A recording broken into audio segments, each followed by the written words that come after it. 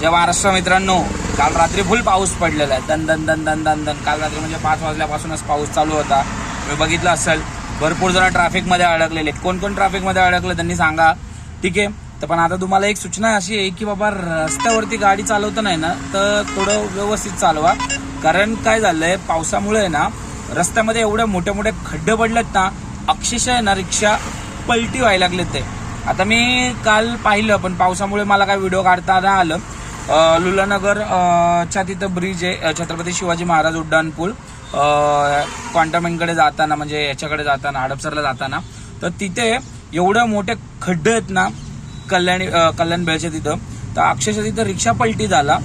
तर तुम्हाला सांगणं एवढंच आहे की रिक्षा का पलटी झाला, कारण की तिथं पाणी होतं आणि समोरच्या रिक्षावाल्याला समजलं नाही की तिथं खड्डा आहे म्हणून. तर तुम्हीही गाडी नीट चालवा, कारण रिक्षामध्ये कस्टमर असले तर त्यांना त्रास होणार. A1 रिक्षाचा आपला खराब होणार आणि बऱ्याच जणांच्या रिक्षा पाण्यामधनं घातल्यामुळे रिक्षा वगैरे बंद पडतात. ते तर जितकं होईल तितकं हळू चालवा, व्यवस्थित चालवा, कस्टमरला सांभाळून घेऊन जावा. कारण रस्त्यावरती खड्डे खूप आहे आणि प्रशासन खड्डे पावसामध्ये बुजवत होतं, डांबरीकरण करत होतं, आणि ते काय टिकणार नाहीये, तुम्हाला पण माहिती. आणि त्या गोळीबार मैदानामध्ये तर माती टाकत होते. मी तर बघितलं अक्षरशः डोळ्यांनी माती टाकत होते.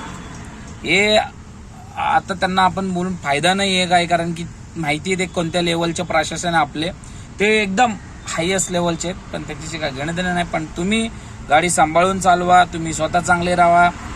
कारण की तुम्ही चांगले तर गाडी चांगली, गाडी चांगली तर धंदा चांगला, आणि सुखात घरी जाऊ शकता.